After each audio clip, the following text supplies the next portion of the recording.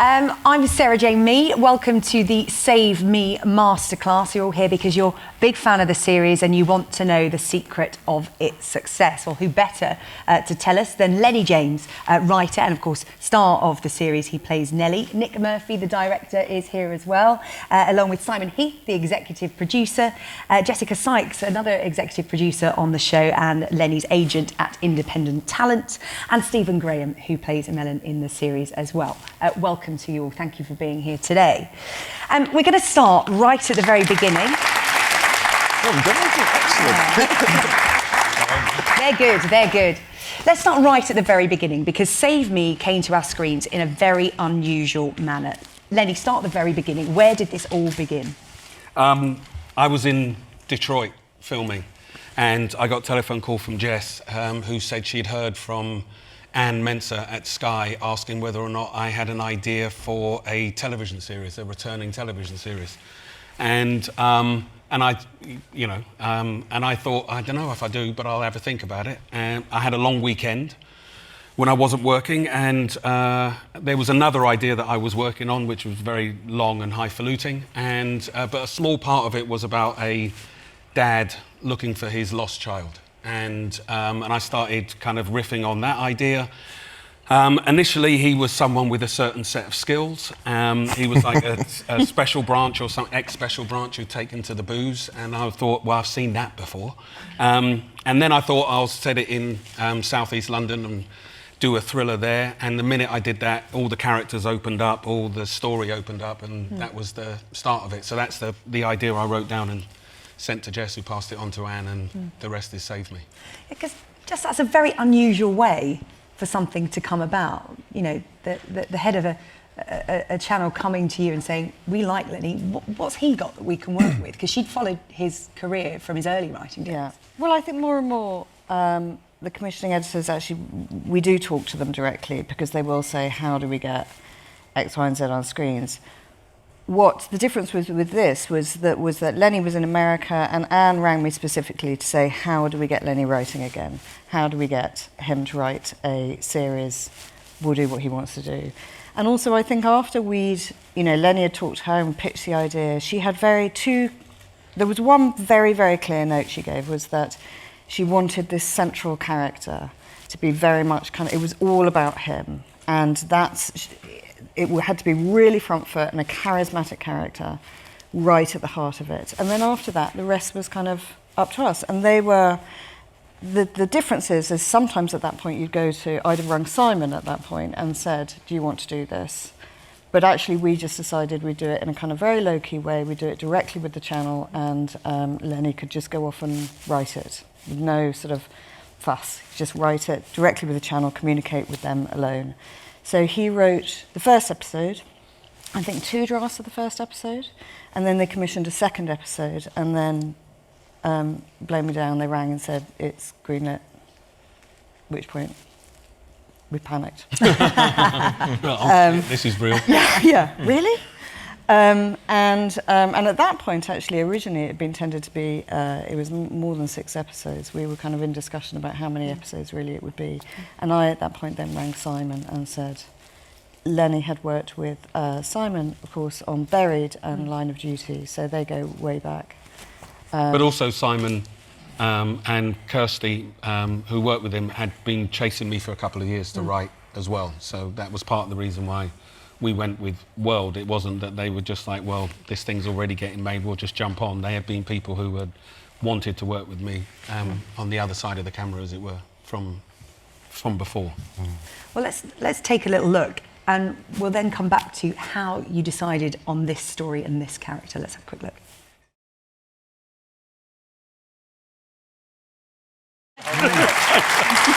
Very well put together. Well, it was the second most successful drama debut on Sky, second only to Riviera, but only by a slight margin. If you use the Festival app, if you've got any questions for the panel, please get them in. We'll get to some of them at the end. But Lennie, just before we move on to Simon and he enters stage right in this process, you get this phone call from Head of Drama. They want you to write. You have this germ of an idea. And then for you, is it about writing about what you know? It's It was that, and it was a little bit more. I wanted to write a thriller. I wanted to the minute I was going to write, I wanted to test myself as a writer. I didn't want to just tell a story. I wanted to write a thriller. I wanted to be dictated by the tropes and the rules of writing a thriller, and I wanted to be able to break them, stretch them, and mess about with them. So it was about doing that. And then once I decided on who Nelly was as a character, that he was, the geezer on the end of the bar who's telling stories about last night in the bar when they're telling stories about the night before in the bar, when they're telling stories about the night before that. And once I'd done him, I realised what the central part of my story was going to be. And so it was just creating the characters, or remembering the characters that I knew, and fitting them into my story. So it was as much about that as it was about the world. And I didn't want to tell an obvious story that you would, normally see from something that was set in centred around a housing estate in southeast London. And I wanted to tell my version of it, my memory of it. And it was a very weird thing, because I remembered, at the time when I was, spent quite a lot of time on this particular place in southeast London, my kids were like in, I don't know, 7 or 8. And we lived, out in Willesden Green and stuff, and I wouldn't let my girls walk to the top of the road to go to the shop. So the place where they had the experience that I had when I was growing up of just being let out loose is when I used to go and visit my brother in southeast London on the estate, and they would jump on their bikes with all the other kids from the estate, and they were gone. Yeah. And there was a freedom there that wasn't being represented. There was a life there that I didn't feel was being talked about, because everybody was talking about all the things that were wrong with it, and no one was writing or talking about what was right with it, and I wanted that to be at the heart of my story. Simon, how do you come into this process? Because it was unusual. Lennie's project has already been greenlit. He's got the idea, he knows where he's going, and then you come in. So how unusual was that, and what happened in the process once you got involved? Interestingly, it's not totally unique. We did a show with Heidi Thomas called Lilies, which had a similar sort of genesis. So, but it's extremely flattered to be asked. As Lennie said, we'd wanted to work with him as a writer for a number of years and chasing him, but the acting was keeping him incredibly busy. We'd worked with him on Buried, we worked with him on Line of Duty, and so I remember reading the first script as soon as Jess sent it to me. I remember reading the first 10 pages thinking, this is really good. It's a father-daughter thing on an estate, brilliant. And then she goes missing. I was like, fuck, it's a thriller as well. This is brilliant. So I just rang Jess straight back and said, where do I sign? So then I think there were a couple of things I looked at. It was around about spring of 2015. So there was a period of time to navigate. As Jess said, we had to work out, how many episodes felt right for the story, and I suppose that's where you hope to bring something to the table. Were there originally more? Was it going to be a longer series? I think from memory, when I read the first 2 scripts, theoretically they could have been part of a sort of 10 part, partly because that's what Sky were commissioning at the time. And I think what we may now all forget was that Save Me seemed a very different proposition from either the shows that Sky had on air at that point, or indeed were in the pipeline. So I remember us all talking and everyone going, well, that sort of classic 6-part British structure feels really right for this story. And it was just a question of getting Sky to sign off on that, and knowing that it wasn't going to be one of those big extended runs that at that point that they were commissioning for other shows. So and once you've done that, it's the usual process. You sit down, and I remember during the summer of that year, you came over, Lennie, didn't you? And we thought we had him for 2 weeks, and then The Walking Dead called him back after 1 week. And Brexit. Everything was happening. But we managed to get a good sort of 6 days solid storylining discussion, which enabled us to see what was going through to the 6, right through to episode 6. And we had Marlon and Daniel on board, who Lennie had worked with before, to write episode 4. So it felt like it was really all coming together. Yeah. And Nick, you come in with your director's vision. Lennie has his clear vision as well. How did you both meet and create what we saw? We met The real version. On Tinder. He swiped right. There's a director's Tinder out there, is there? That's Yeah, really an no, idea, actually. Somebody do that. I was working in Canada and Lennie was working in Atlanta, so we met in New York. As you do.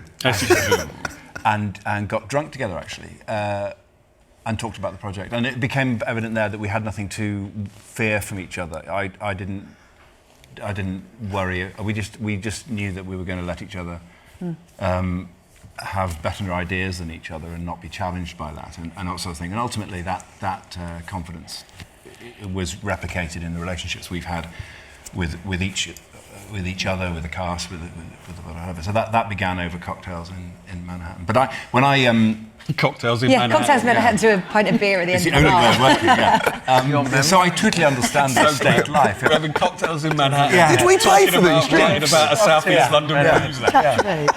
So how do we capture the authenticity? I don't know. Reality Give me has another changed me margarita. Yeah, reality is blurred. We'll do this, but we'll make it a pint glass. Exactly that. And we'll get Stephen Graham on board. Yeah. No, so when He's not I was busy. sent, I was there. I mean, they came to me. Presumably they'd asked every other director first, but I was struck by how unlike Sky it was, and I think I was nervous that that they were expecting something that I felt the scripts weren't. And so Simon and I went to a meeting with Anne before I said yes or before they said yes, but before we sort of got mucky with each other, just to sort of hear from her directly that what we had in mind was consistent with what she wanted. And I think that's a really, really important. It's like we had a tone meeting before we ever got our stuff. It doesn't happen often enough. It doesn't happen often enough. We have this tone meeting 2 weeks before we film where we just go, the decisions are made. I mean, the die is cast.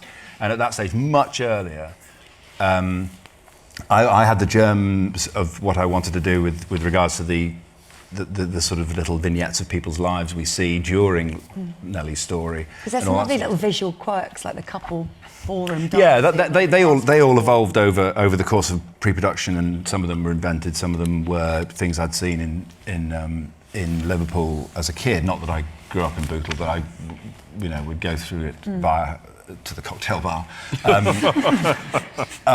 what have you. But that was early stages of that. But it was just important of hearing that the channel had a consistent thing, and I think the success of this show has been underpinned by Anne's clarity and Lizzie Gray's clarity of what it is they needed it to be.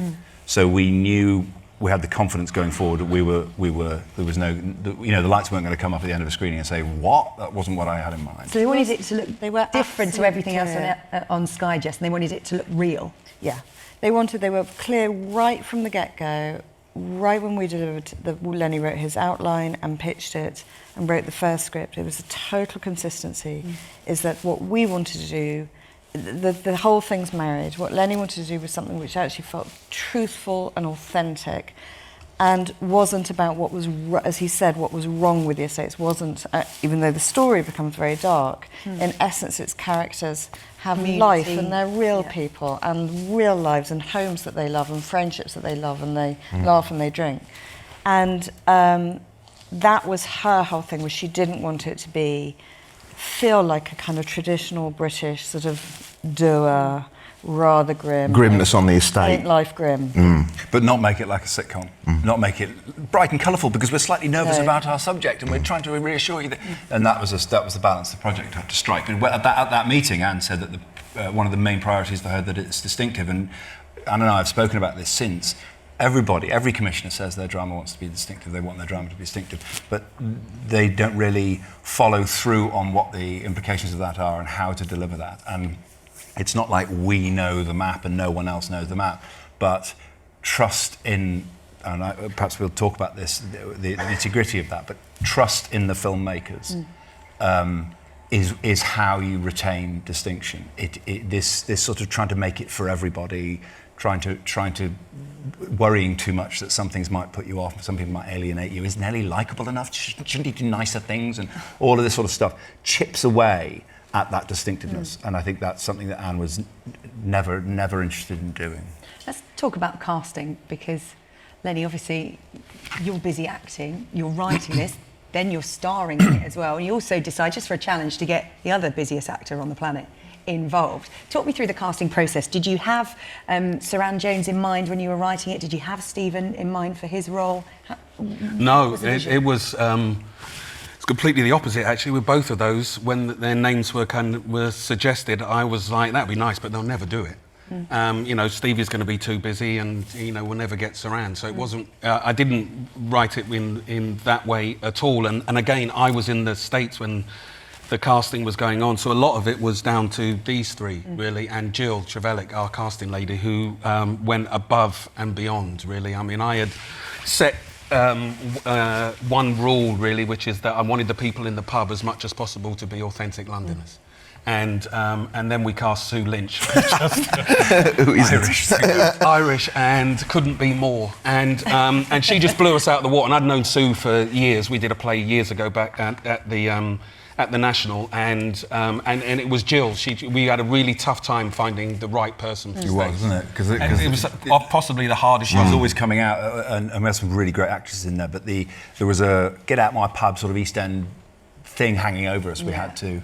Funny enough, but it always seemed like the easiest part to cast. Right at the beginning, we were like, oh, she'll be easy. She'll be fine, she's great, that's easy. But it was the hardest. And in the end, Jill went, I'm going to bring two people in. They're left base. They're off the. You know, one of them's Irish and one of them's much too young. But I'm going to bring them in. Try something different. Yeah, and Sue just blew us out the water. And in the scenes that they were reading, she was the one person who got the fact that there was a joke in the scene. And although her first audition was not good at all, do you remember? It was terrible. And I was like, she didn't know her lines, and it was terrible. And I was like, tell her to come back tomorrow, know her lines, and it was just because she got the joke in the scene, and she did it. But with Stevie, I mean, we lucked out. We lucked out with Nick directing, and then just in the casting, we lucked out over and over again. We just kept finding the right people, or the people that, you know, Stevie and Saran, and I mean, just a few of them which were just offers. We went, if you'll do it, we'd love it. Jason with Jason Fleming, and I was like, I'm never going to do it. Jason's never going to put a dress on.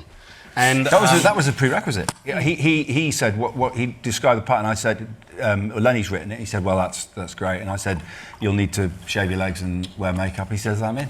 That's it. In fact, everybody said that. Stevie will tell you, I'm not going to speak. Yeah, well, Steve, that's interesting. You didn't have to put on a dress, but you were set quite a dark character to look at and explore this script. What did you think of it when you first read it? What was your thought process? I completely loved it, but just before the cocktails and all that, it was kind of... You weren't turning up for that. No, but it was kind of weird for me, because I'll be dead honest. I got a phone call from him saying, oh, I'm meeting Lennie, what's he like? And oh, yes, and I went, he's lovely. Because he's one of the most loveliest people I've ever worked with. I call him Uncle Lennie. He's an adorable man. He's brilliant. He's a fantastic writer. Did you see Storm Damage? And then we had this massive conversation. Then he put the phone down, and I went into Hannah and I went, Nick's just asked me about Lennie there. She went, oh. I went, yeah, it's weird. And then about 5 days later, or 3 days later, he phones me and says, what's Nick like? Same to Jimmy Nesbitt. So then I went, sounds lovely, brilliant to work with. Lovely man to work with. Pulling the strings, Steve. You'd really like him. You don't need the Tinder app, we've got you to get Well, I went, you'd really like him. He's great, you know, he's honest, he's lovely, blah, blah, blah, blah. He's like family man, really sweet, but brilliant to win the work, knows the story, and then put the phone down. And then I went to Anna. What the fuck are them two doing here? Not one of the gobshites asked me to write. They're both asking me about each other. And then it came around, and then obviously they sent me the script and asked me would I be interested. And you know, I've loved Lennie's work. I think it was Storm Damage was the first thing I saw, and that just blew my mind. And it was one of them things where I watched it and I just thought, shit, why wasn't I in that? That's what I want to do. I'd love to be able to do that kind of stuff. Do you know what I mean? Stuff that resonates with me. That's the kind of things I love to do. And as soon as I read the script, that was it. I just said, yeah, I'm pleased. You liked the lack of binary judgment about the character, didn't you? Yeah, completely. And that was a brave decision from Lennie Yeah. to write somebody that's done bad things, but there is a percentage. But it's of not them a that bad isn't person. You know, it's.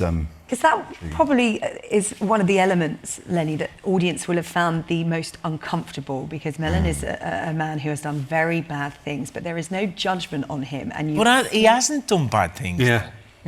This is where actors get very defensive. You know him better than I do, Stephen, so please. Yeah, but but it's that duality, and it's that backstory that Lennie wrote beautifully with all of the characters. Do you know what I mean? With every single one of the characters, and the language as well. There was a joy and a beauty in the language. I'm terrible, me personally. I try to make. You get scripts, but I always find colloquialisms to bring in myself, and I'm like, he wouldn't say that, never say that. But with this script, it was so poetic. There was a beat to it, you know what I mean? There was a pace. It was not far from iambic pentameter, if I'm honest. There was a certain structure. That Shark Dicks scene at the beginning, where Goz, who's up at the festival, and is There's Tom. Stand up, Tom. You're either not really normally shocked that or you shy. didn't stand up. Tom was at the festival anyway. He hasn't just come up. For that cameo. That's one of the things we talked. He's a plant. One of the things I talked about with Lennie when we met was that was all dual dialogue, masses of overlapping dialogue, and one of the first things I said to him is, without masses of rehearsal, we're never going to land that timing. You'll need to be a little bit flexible on the thing. And then he said, okay, let's just see how it works out. And it's how it worked out. It's how it fell when we started doing the scenes, didn't they? The timing was absolutely superb in terms of the rhythms of the speech matching, and so that's a lesson to, that was the first scene we shot, wasn't it, Tom? It was the first scene we shot. Yeah. They thought it was improvised and they wouldn't believe me. I was like, no, it's right. Yeah. And things that look accidental then, because of the writing and the intricacies of the writing, it's there, it's on the page. It's just our job to be able to do it. I mean, that was one of the things we said right at the read-through.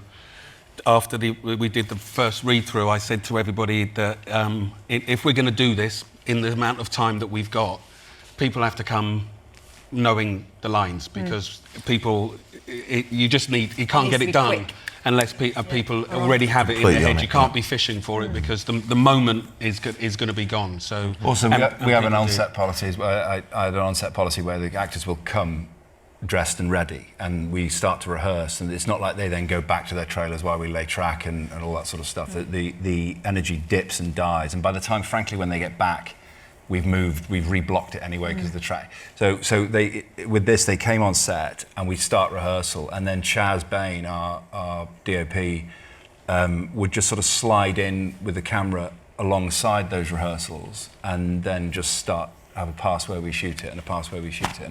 And so at the end of the scene, it felt like a rehearsal, really, hadn't it? It hadn't really, and that kept a fluidity and a feeling among the performances that it was crucial that the filmmakers didn't feel like they knew more about the story than the characters do, and that's a key decision for directors: is the camera the storyteller or the witness?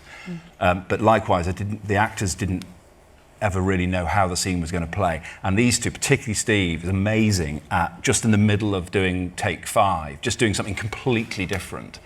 And the fact that everybody feels that it might go completely different just keeps them on their toes.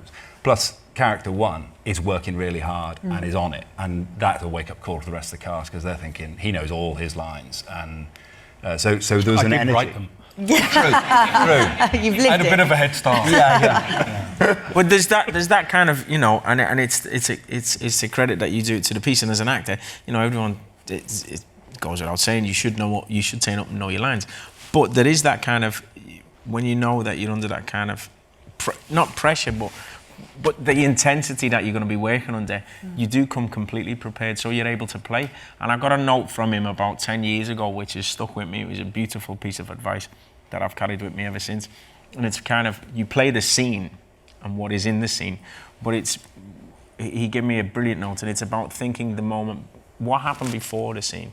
And it's Stanislavski, really, basically, but it's what went on before the scene. It is. You reiterated the note. But it's what went on before and what goes on after. And he's always keeping you on your toes about that. He's like, well, remember what goes on after this. So some of them thought processes that you have as an actor might influence because you know where you might be going in that next bit, you know what I mean? But in life, it's what happens there and then. It's that moment, which was beautifully written. Yeah. And a lot of the scenes, the ensemble scenes with the cast were in that pub.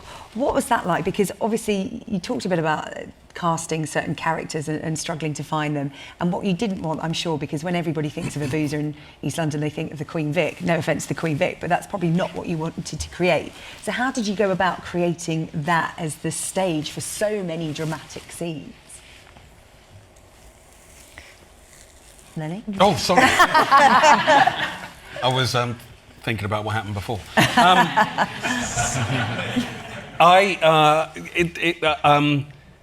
I just wanted to write about how I felt people chat and hang out in pubs. You didn't want it to be a stereotype. It wasn't a stereotype, and it's all about how far in you are, how far into a session you are. It's all about how much alcohol is in every person in that particular room at that particular time. And I didn't want to overplay it, but I would say to the cast, you just have to make a decision about how pissed you are, or how pissed you're not, or if is this your first one?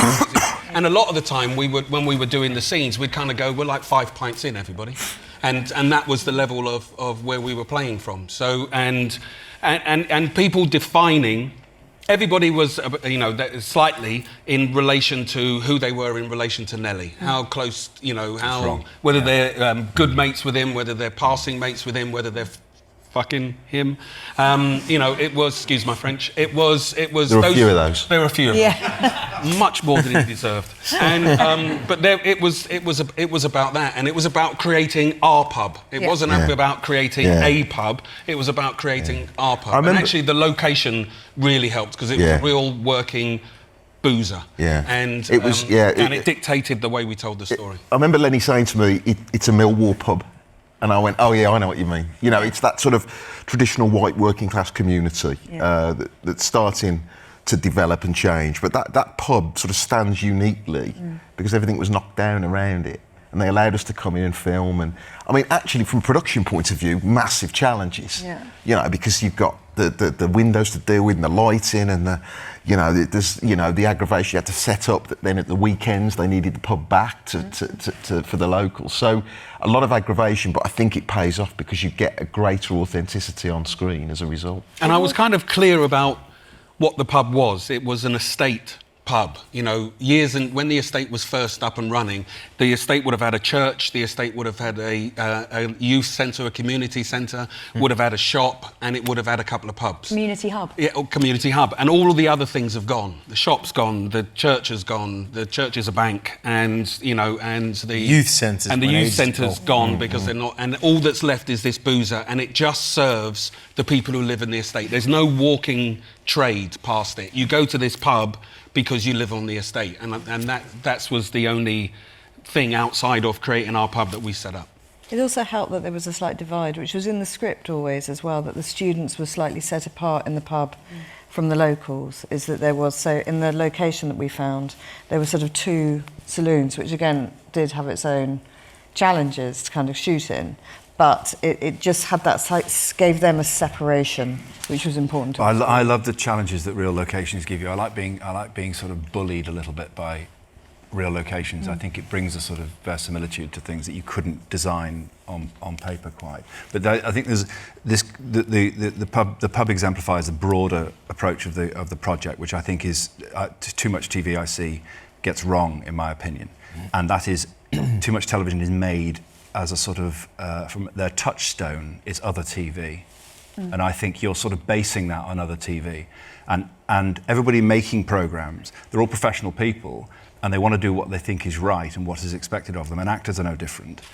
Designers and composers are no different.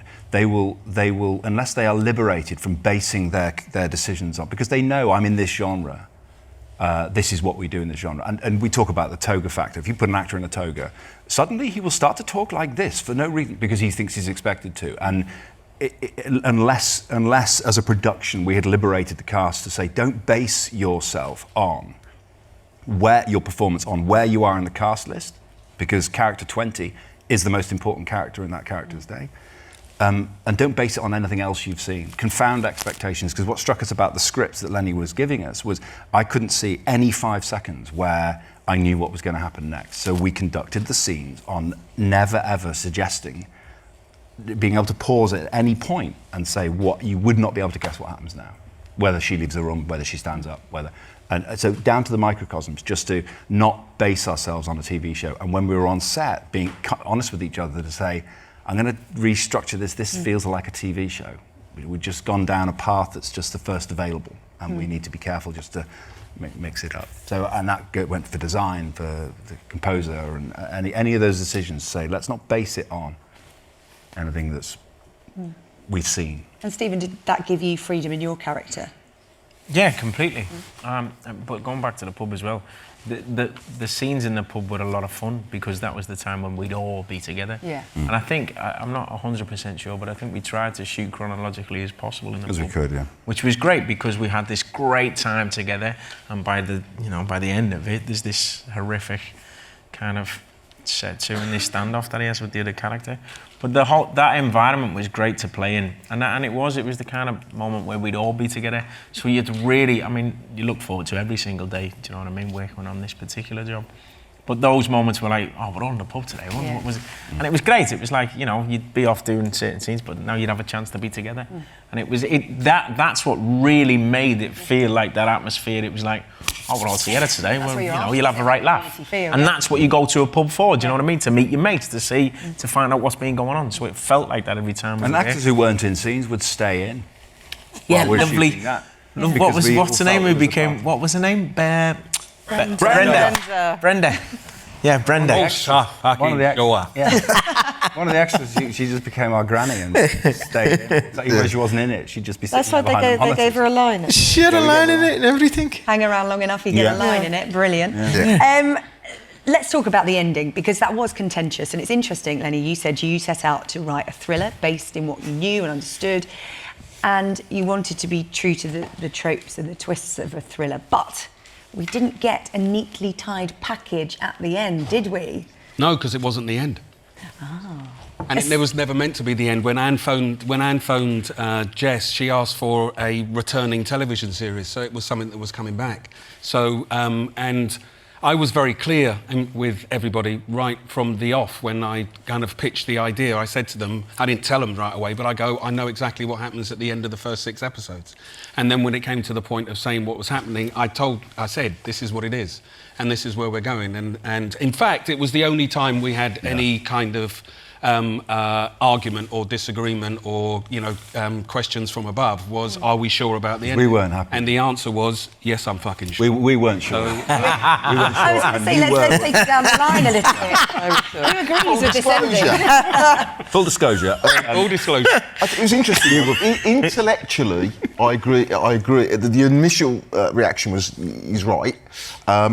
Emotionally, come on, can we Corbin, do this the to question. people? Can we do this? But I've just spent 6 hours of my life on the sofa, all in one go. I think. Yeah, but that's about the television for television. I'm not. The feelings that people had about the ending are all about the end of the 6th episode are all completely and utterly justified. I don't knock it and I don't disagree with your feelings. But I was writing a thriller set in some place that I wanted to be rooted in some kind of realistic stuff.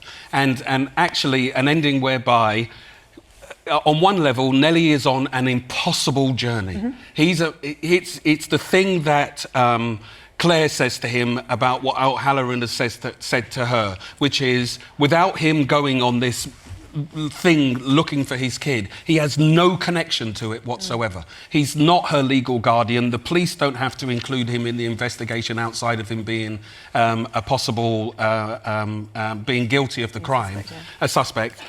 So all he's got, and literally all he's doing is, I know that it's somebody close to me because the stuff they wrote to her online was true things about Nelly. So apart from him just like stumbling in this direction, somebody says something, oh, you should ask Zita, and he stumbles in this direction, and Zita points him to Richard, and so he's over at Richard. Outside of that, he's got nothing.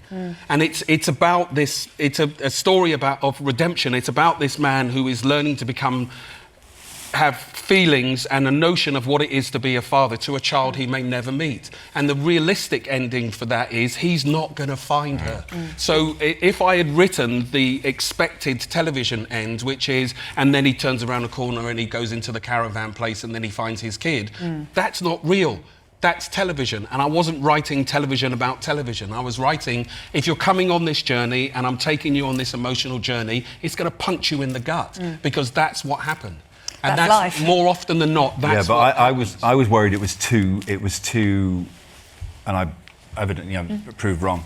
But I was worried it was too overtly. You see, we're not going to do that to you. A bit Coen Brothers. We're going to do it for the sake of doing it.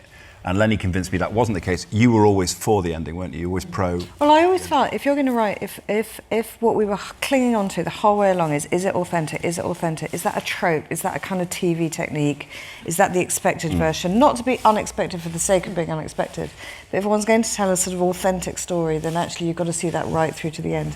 And if you've done your job well enough, you have, you'll take people on such a journey that actually the end, they might find it frustrating, they might find it great, they may feel cynical about it, they may feel, but the ending is the ending, and they've gone with you and enjoyed the journey. I don't think that anybody that found it disappointing or frustrating, I don't think that will have lasted very long. I think within an hour of watching it, you're sort of over that and into recognising exactly what the qualities these guys wanted from it is what I would ask. I think one of the reasons why the worthy the arguments, and I think sometimes you've got to really road test an idea because in fact it improves the idea, and there's certain things that Lennie did with the ending as a result of the conversation which I think lifted it further, but you know, I think the thing that ultimately convinced me was it would have been wrong for him to find her. It wouldn't have been truthful. It would have been almost,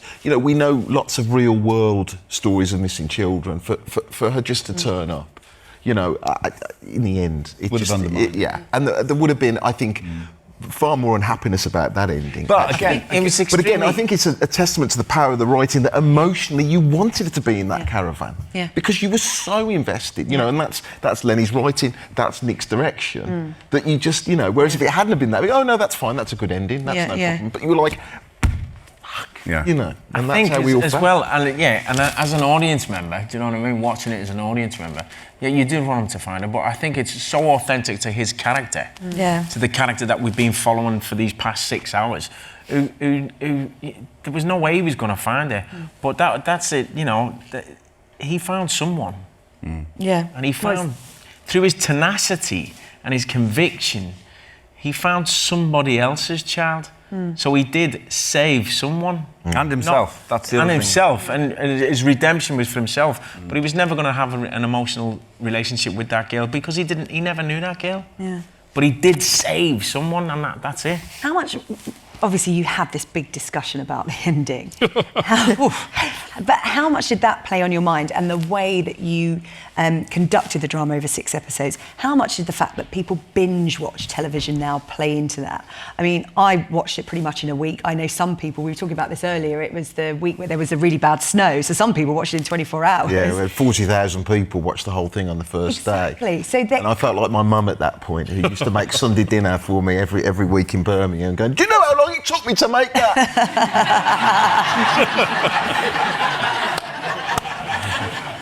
What was very weird about people kind of binge watching it is that I'm based in Los Angeles, and by the time I'd woken up on the day that it went out, 40,000 people had already seen it. The whole So thing. my phone was thing. blowing up. People kind of going, well, you know, what about this and what about that? What And I was about like, the end? they've all watched it. You know, I didn't have that kind of usual thing you have when, you know, something's going out where you kind of go, oh, it comes out on a Monday and all that. So I've recorded it, I'll watch it I'll in a record month. it, I'll watch Yeah. it later. Yeah. Watch it later. Suddenly everybody I knew had watched it. Yeah. And it was, it was very And, surreal. you know, it's still a new experience. It's a fairly unique one. You know, we didn't make it knowing it was going to be. No. Well, it worried me. It worried me because we were going. If you were going to binge watch it, you were going to watch in the course. So let's say you're going to binge watch 3 or 4 episodes, 3 episodes in a day.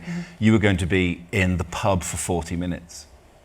You know what I mean? And as a director, that's a hell of a worry because I had to keep it feeling different and the temperatures of the scenes, the mise en scène, how I'm shooting it, the pacing, and trying to keep that different and not thinking, God, I'm fed up with this pub. You know what I mean? So that concerned me. And also, it's quite. I think it's better just watched, you know, every day for a week, sort of thing, because it's quite intense, and I think it's. You need to take a break. Yeah, I would argue that, but I mean, it's the way. But I think we're entering this world where there's a certain portion of the audience. I don't think it's the whole audience, but they want that ability to be able to watch things at one sitting, and I think. You know, there's still room for shows with a linear TX across a number of weeks, but equally, more and more, I think we'll be moving towards that. Well, 6% of all of Save Me's audience, that's around 40,000 people, watched the entire series in one day. 50% of all viewers to the show had binged it in the first week. No so way. it's more and more what Really? how people are consuming television now. There is this sense that you're losing what people used to call the water cooler moment, where there was one episode a week and you talk about it in work on the Monday. Does that worry you in terms of how you're delivering your drama and people are watching it at different times and at different stages in consumption? I mean, we do, you know, we make Line of Duty, and that is still that old-fashioned weekly, people talking about it, people want to watch it live because they don't want the spoilers, and I get that. And I suppose what the binge model needs is you need to be pointed to the show at the beginning, and I think Sky did that brilliantly. I mean, they are the masters of marketing. You know, we had the posters, we had the trailers, you had the murals. So once people know it's there, they come to it, because say with Line of Duty, it was word of mouth, people watching one episode. And then they'll, oh great, we must watch the second, and so on. But my worry always was, if enough people aren't brought to it at the beginning, how does anyone know about it? You know, because it's not. That was our having the concern, benefit. wasn't it? We were worried. Well, coming out of Pick the Lock, and when we'd locked the episodes, we were confident in the quality of the product, but we were just nervous of if we could get people to come to it. Then we thought we were in with a fight. And also, I think that the audiences are very protective of spoilers. And you know, when they're chatting to each other on about it, they're very good at warning people. There's a spoiler coming up if you haven't binge watched it and stuff. So, and in the different places that it's shown around the world, it's kind of, you know, it goes out kind of weekly in different places, and not everybody gets the opportunity to binge. Stephen, the end product, was it what you thought it would be? Because obviously when you're involved in something like this, and you were talking about this great cast and how you really enjoyed the process and your character being something different, when you saw the end product, was it what you expected? I didn't expect anything.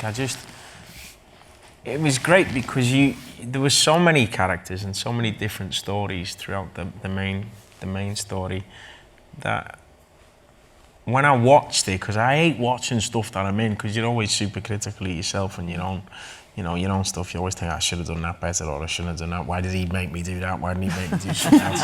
So as a director. But you know, why did he let me do that? Why did he let me do something else? He should have. So that's just our own heads, do you know what I mean? And when that stops, I suppose you should pack it in, because there's no such thing as perfection. But it's great to watch all the other stories, so you get carried away with all these other characters. And I felt personally there were some great finds, some fantastic talent in that whole piece. I've been lucky to work on another project, This Is England, where I believe a lot of great talent was found, you know what I mean? And I think this was exactly the same. There was some amazing actors. New actors, young actors who we haven't seen before, and other actors that have been given another opportunity to be able to, you know, show what they could do. I loved it.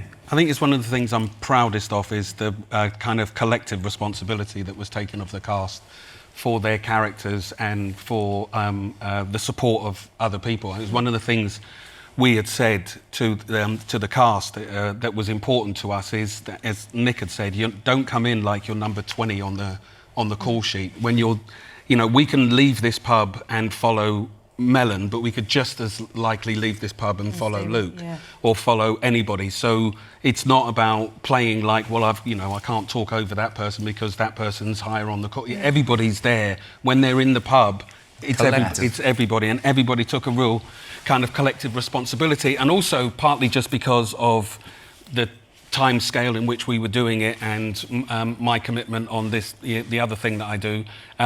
We started filming and before I had finished writing all the episodes. Yeah. So we were filming the first 3 and I was still writing the last 2. That's a bit of pressure. Yeah.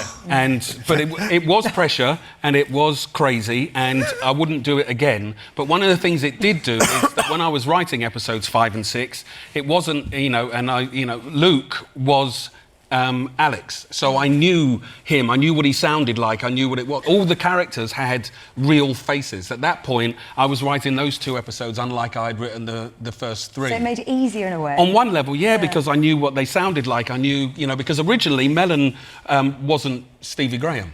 Melon was, a kind of very round, permed haired, little kind of 4th generation Italian.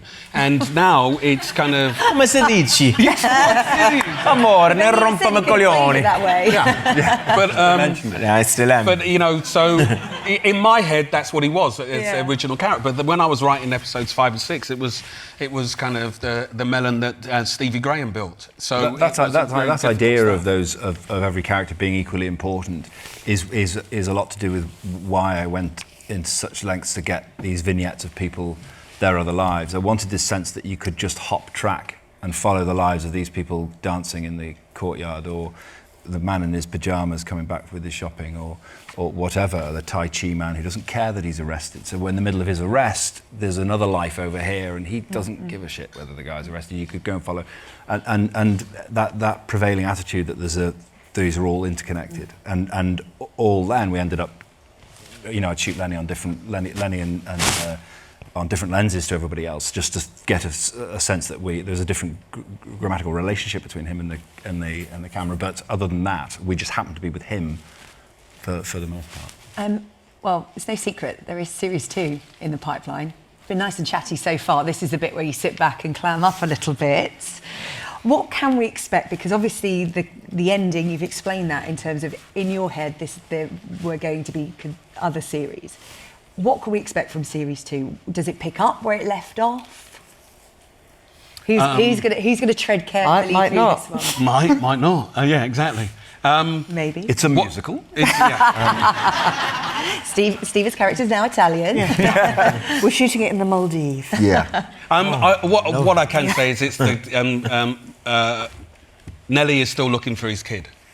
Obviously, he hasn't gone. Oh, it's all right. I saved somebody else. I'm cool. I'm clean. So he's still looking for Jody, and it doesn't pick up from where it left off. Okay. There's a sizable amount of time, but what I can say is the second season picks up at a point when almost everybody has forgotten or that Jody is missing, except for the people who can't forget that she is missing. The only people she's gone for we pick up at a period at which, broadly speaking, her immediate family and Nelly are the only people who wake up every morning kind of going, the child is not there. Stephen, are you coming back? I've no idea. Ooh. I would obviously like to. Yeah, Stephen Graham's not coming back. I would obviously love to. Almost virtually everybody who can come back will be back. Yeah, because that is the challenge, isn't it? There are other projects going on. I mean, you're the major challenge in terms of how are you going to fit this in? Still to be decided. Still to be decided. No, we know. We're going to be shooting next year, June. I'm working from November to July, and then I fly back to London and we start shooting. And I've written the first episode of the second season. It's very good. Marlon, thank you very much. Is the tenor. I thought we said 20. I know.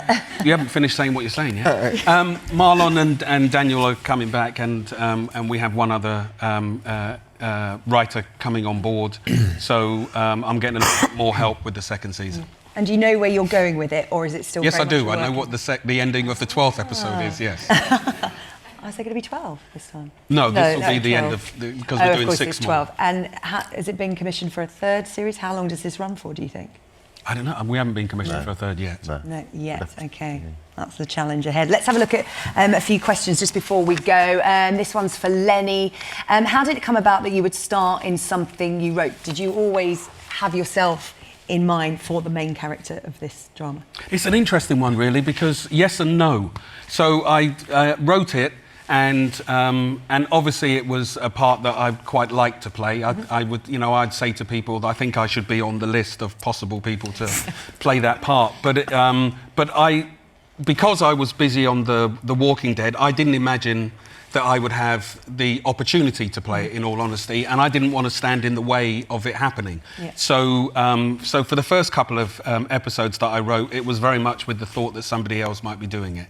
But as it turned out, when people read the first 2 episodes, one of the things they kept saying was, and of course you'll be playing the part. So that's kind of how it came about. Nick, this is a question for you. Just going back to something we mentioned earlier, the little vignettes that are woven in to the production. I'm interested to know where the subtle blink and you missed them vignettes came from. They added such a lot of colour to the estate. Were they originally in the script, or was it? I don't think they were, but it was from the DNA of the script, if you like. The DNA of the beast was about the idiosyncrasy of people. So it'd be wrong to say I just sort of parachuted them all in. But no, I came up with a sort of bullet-pointed list of what I'd like to see out and about, and that was based on stuff I've seen in London and in Liverpool. So when Nick came in and first talked to us about it, he did bring in some beautiful photography, which was a lot of kind of... Neil McDermott and Tish Murtha photographs. And they were just scenes of streets and characters on streets and colour and people, and it was just... And that really set the kind of tone for the piece. And the colour coding of the characters, there's a code of colours that isn't immediately apparent. Obviously, the yellow puffer.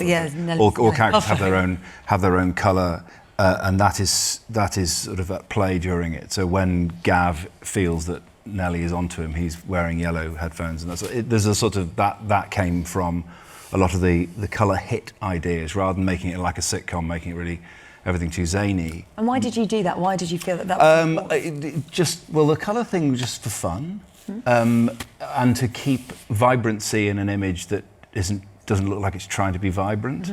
So in the middle of the council estate, the yellow puffer is a very arresting, very distinct. Gives a sort of distinctive vibrancy to the image, and that is something you see in Neil McDermott's work or whatever, where he's stopped people in the street. He does documentary street photographs. But the vignettes we then looked at the list we made and then worked them into, let's have that in the background, or let's just shoot that in itself. And a lot of the ones you saw there in the trailer were on our last day of filming, just getting the dog swinging around and the man with the pajamas and because of things I'd seen, and a woman with a burqa smoking, with vaping, with all this smoke coming out underneath. That's something I'd seen in Acton, where I live. And the beauty of that, personally, the beauty of that, which also reflected the script, is that, it's not always dead depressing on a council estate. No. I grew up in a block of flats, you know what I mean? Lived on a 9th floor. Some of the characters I saw come in and out of there were amazing. And there's always fun, and lots of things. You can be creative, and it's more so with anything. It's more than where I live. You know what I mean? In fact, one of the things we said on set is we had to see things that you couldn't see in Chiswick. Yeah. Everybody in Chiswick's got a cockapoodle, and they walk the thing. They wear shirts like this, and all that. So we deliberately had the sort of, you wouldn't see that in Chiswick. But it's quite a hard... Well, you would see 2 kids in a dinghy on a council estate. Yeah. No. Because they're waiting to go to the beach, maybe with the nana, but they're outside in the dinghy now having a laugh. Yeah. It's and the dinghy fact. just I did it. It's fact. Do you know what I mean? And if you leave a mattress somewhere, kids will jump on it. Yeah. And so that's where that scene comes from. And that's a trampoline then. And it was quite important in you to have humour in the script as well, because obviously you're dealing with something very dark, but life does have humour in it at its darkest moments, and you thought that was very important, Lennie, to weave that in. It's vital. People are always trying to find a way of laughing. Yeah, having a laugh. In whatever situation. It's vital, and particularly in a pub. You're not going to, you may be going to a pub to drown your sorrows, but once they're drowned, you're having a laugh. I mean, it's all about taking the piss. It's all about your knowledge of each other, even if the conversation's only about last night. But there's loads of, you're in the pub and there's loads of, you remember last night when you were in here and you did that and he said that and we were having that laugh. It's just the nature of of the world, really. Yeah. I mean, to not have humour would be surreal. Wow. One of the comments on Twitter at the end was, why, when they've not found her and yet they're all laughing in the pub? You're thinking, again, that's in TV land, because bad things happen. Everybody has to behave like the end of the world and never going to laugh again. And it was a very deliberate message to say that actually, life is continuing even though this awful hole is still there. Save Me is going to be shown across the United States. It's going for the first time. For the first time, it's going to America. It's going to be on Stars, which is a premium cable network in America, and it starts on the 6th of September at 9:30 p.m. and they're showing it over 3 nights. So 2 episodes a night on the Thursday, Friday, and Saturday on Stars in the States. You can all now bugger off. Play the music.